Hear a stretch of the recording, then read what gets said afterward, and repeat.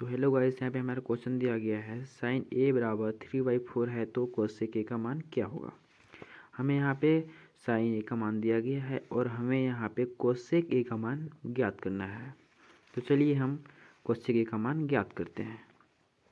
तो सबसे पहले हम यहाँ पे लिखेंगे हल। मैंने लिखा हल। यहाँ पे लिखेंगे पहले दिया है। हमें यहाँ पे क्या दिया गया है, साइन ए इक्वल टू 3/4।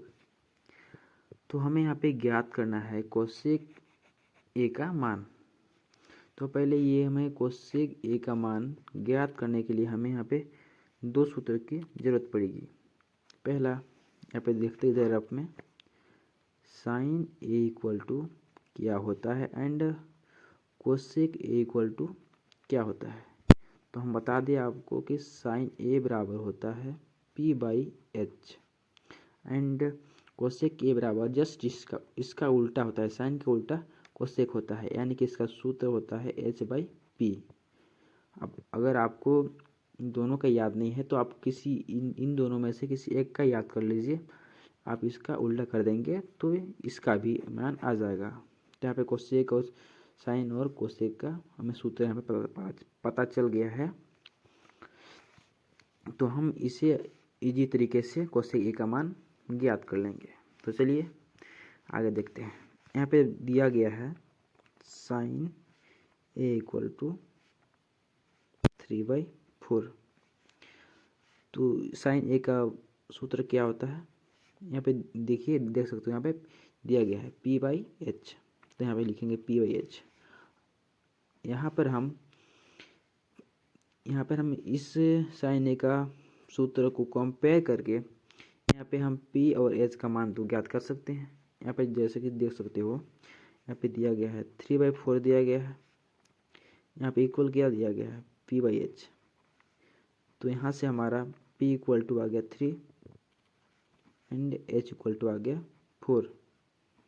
समझ में आपको आया, कैसे आया। यहाँ पे देखिए दिया गया है साइन ए इक्वल टू हो गया 3/4 दिया गया है और इसका सूत्र होता है P/H, यानी कि P की जगह पे यहाँ पे 3 है, यानी कि P का वैल्यू यहाँ पे 3 हो गया।